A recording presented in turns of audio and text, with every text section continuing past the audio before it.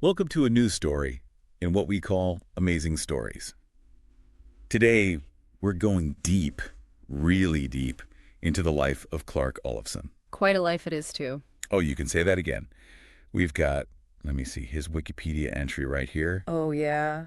And some pretty fascinating articles. This guy is captivating, I gotta say, but controversial. Sure. And then there's the whole, Stockholm Syndrome thing. Yeah, I can't forget about that. So our mission, if you choose to accept it, Right, lay it on me. is to unpack this incredible life, right? I mean, what made Clark Olofsson the man he became, this notorious but kind of strangely compelling figure? Yeah, you don't see that every day, that's for sure.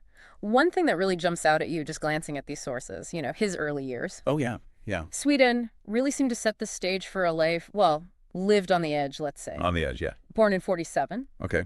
And you see this recurring theme, instability. An absent father. Right. A mother struggling with, well, we can say her own issues. Mm-hmm. Yeah. Foster care system, tough start. Yeah. It really makes you wonder how that kind of beginning shaped him, shaped his defiance later on. It's got to be more than shaped, right? I mean, at 14, Oh, I see. Yeah. he forges his mother's signature Wow. to join, of all things, a merchant marine school. Bold. And he's traveling the world. This isn't your average teenager, right? Not at all. There's this scream, like a primal scream for escape, rejecting everything normal, conventional, right from the start. Absolutely. I mean, imagine that immersion so early. Yeah. Into this world, beyond his difficult circumstances. Yeah. It must have been huge. Huge, yeah. This taste of autonomy, life unburdened. Right. By the difficulties he faced in his childhood, even those brief moments back home, Yeah. It seems that spark, that independence, The disregard for the rules, yeah. had taken root. Actually, Yeah. sorry to interrupt, but if you're enjoying this, you know the drill. Oh, yeah, definitely. Hit that like button, subscribe, and if there's a topic you'd love to hear us dive into, Yeah, absolutely. Leave it in the comment. let us know. Okay, so back to Olofsson. Yeah, please.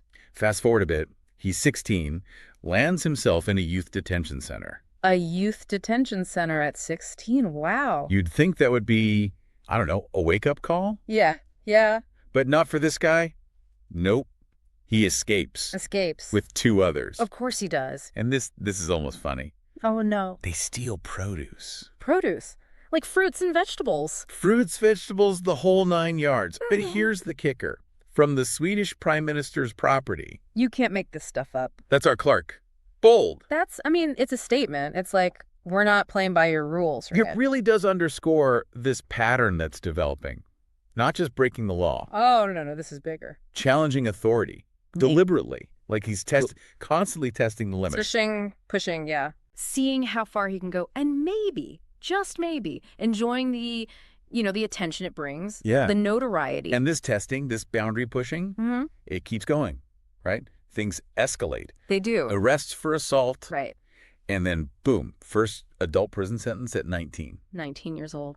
But even then, even behind bars, Confinement. Not for Clark. escape attempts galore. It's like he's allergic to, being told what to do, where to be. Can't stand it. That early resistance. Yeah. To being incarcerated, it speaks volumes, a fundamental aversion To the system, yeah. to being controlled by the system. And that becomes a recurring theme, unfortunately. Sadly, yeah. This drive to break free. Always fighting, always pushing back. Against any form of constraint. Okay, so 1966, 66, yep. big turning point here. Turning point, definitely. A bicycle shop robbery. Hmm. And tragically, a police officer is killed by Olofsson's accomplice. Things get serious. Olofsson, he vanishes 2 weeks. 2 weeks on the run. And that really solidifies his image, Oh, yeah. He's elusive. Almost mythical. He eventually gets caught. 8 years. 8 years. He even shot at the arresting officers. That's right. I mean, the stakes, They're higher now? so much higher. It's not petty anymore. No. A law enforcement officer's life is lost. Right. He goes from petty criminal Right. to serious threat. Oh. Public enemy number one almost. And the fact that he could disappear Vanish. for Yeah. that long. It just reinforces this idea that, well, He's always one step ahead. that he can outsmart the authorities. Yeah. But inside, Oh, it doesn't stop there. the escapes continue. It's almost comical. It's 1969. He breaks out of Kumla prison. Kumla. Not exactly a walk in the park, that one. No, I imagine not. He then makes his way to the Canary Islands, Canary Islands, oh yeah. then Germany. They catch him with a fake passport. Always on the move.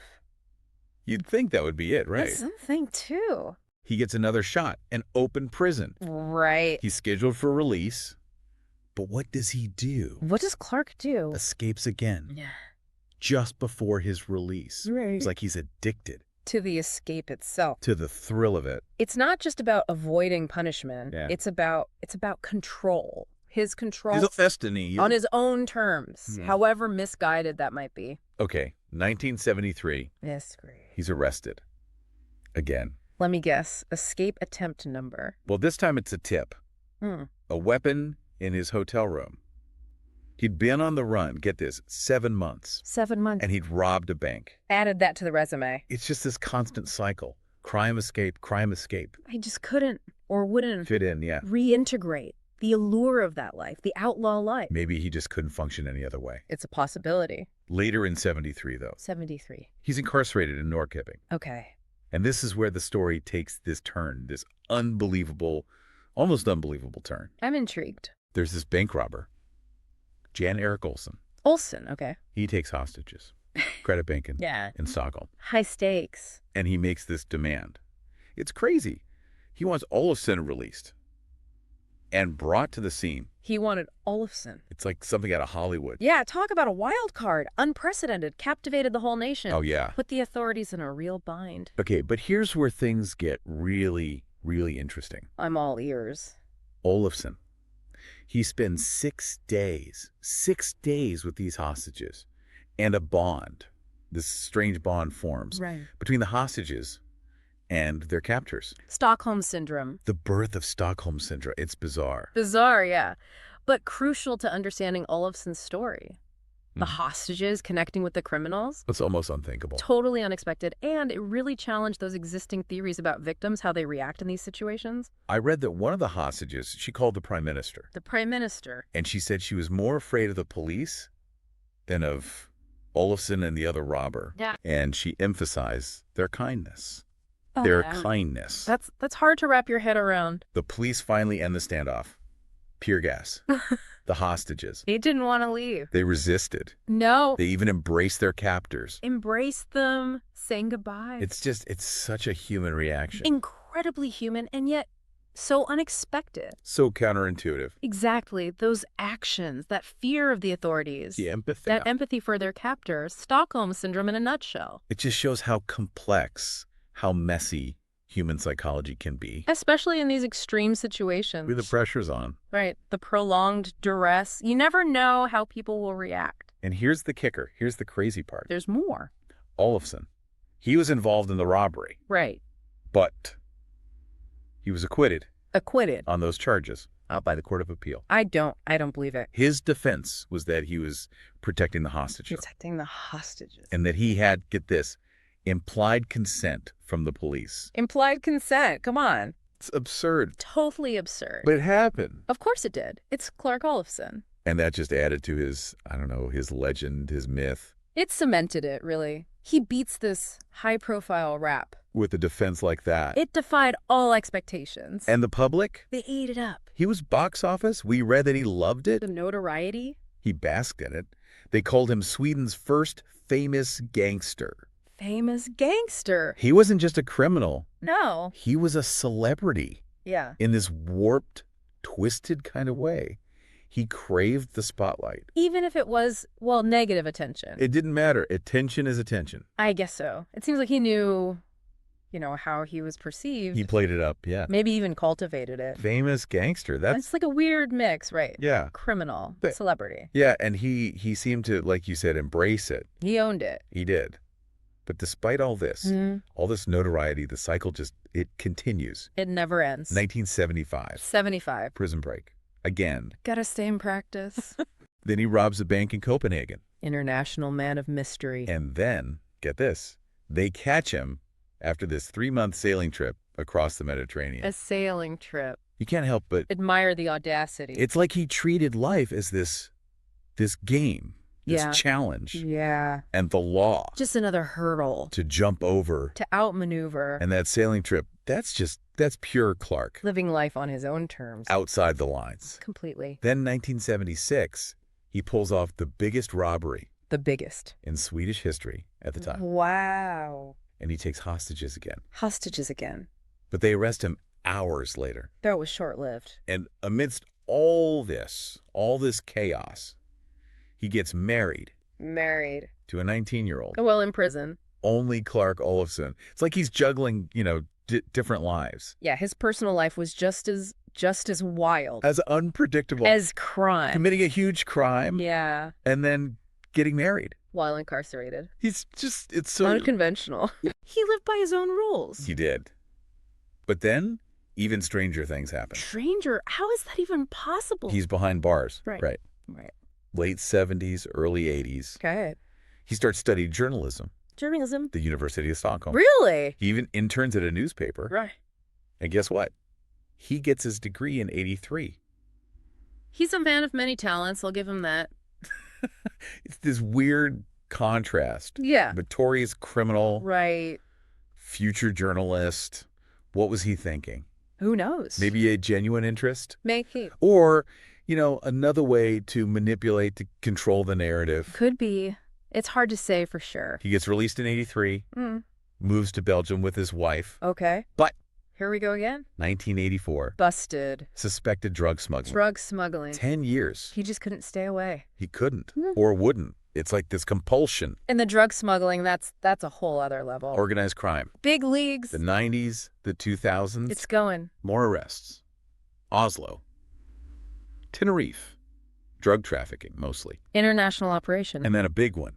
14 years. Denmark. 1999. 14 years. He even spent time in solitary. They weren't taking any chances. Yeah, they knew what he was capable of. Decades of this. Multiple countries. He just wouldn't stop. He gets paroled in 2005. Okay. But, you guessed it, it's short-lived. The pattern continues. 2008, police have him under surveillance for 8 months. 8 months. They arrest him again in Sweden, heading a large drug operation. Back to his old tricks. Another 14-year sentence in 2009. He just couldn't help himself. It's remarkable. It is, this inability to change. To break the cycle. Even after all that time. He spends more years in Swedish prisons. Bouncing around the system. And then he tries to get extradited to Belgium. Extradited. Hoping for a shorter sentence. Playing the angles. He finally gets transferred in 2016. And then after a bunch of back and forth about parole in Belgium, he's released. July 2018. He returns to Sweden. A free man. Yeah. At 71 years old. What a journey. Through the criminal justice systems of, how many countries was that? It's hard to keep track. An incredible run. But there's more. Beyond the crime, right? His personal life. One of those too. Oh, yeah. Multiple relationships, 6 children. He even wrote 2 books. 2 books. It's like he lived several lives. It really is. The writing, the relationships. It shows a different side, Yeah. Despite everything. A need for connection. To express himself. Maybe even redemption. And more recently, the Netflix series, Clark. Oh, right. Brought his story to a whole new audience. The fascination continues. It's amazing. A charismatic criminal. Even after all these years. It's a good story. It is. And it's based on his autobiography, right? Yeah. So there's that added layer of, truth versus fiction. Spin. Did he embellish? Downplay? Who knows? It all adds to the mystery. So after all that, what do we make of Clark Olofsson? It's a good question. A wild ride, for sure. He challenged everything. Authority. Norms. He was a rebel. From petty theft. Right. To bank robberies. International drug smuggling. Daring escapes. Unexpected connections. And this personality. Magnetic. He captivated people. He was larger than life.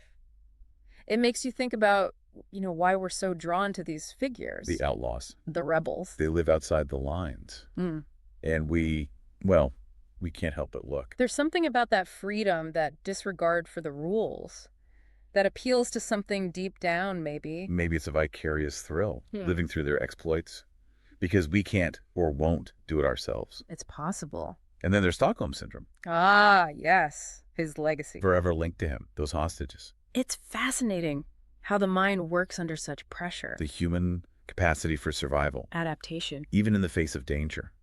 And that empathy.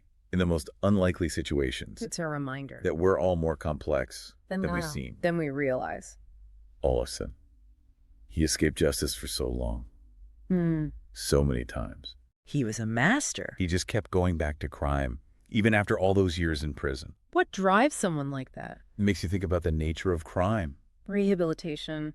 Is it a choice? A compulsion. Something deeper? We may never know. We may never know. And the media attention, it never stopped. From the very beginning. Headline news. And now, a Netflix series. Decades later. What does that say about us? Our fascination with these charismatic criminals. See the allure of the bad boy. Do we envy their freedom? Their audacity. Their challenge to the system. The system that we're all bound by. It's a good question. Think about it, right? Let it sink in. Clark Olofsson spent over half his life in prison. More than half. But he's still a legend, a symbol. Of rebellion. What does that say about us? About our society. When a career criminal becomes this object of fascination. We create these narratives. And we consume them eagerly. About those who live outside the lines. Clark Olofsson's story is just one of many. It makes you think. And that's what we're here for, right? To explore, to question, to dig a little deeper, and hopefully understand ourselves and the world around us a little bit better.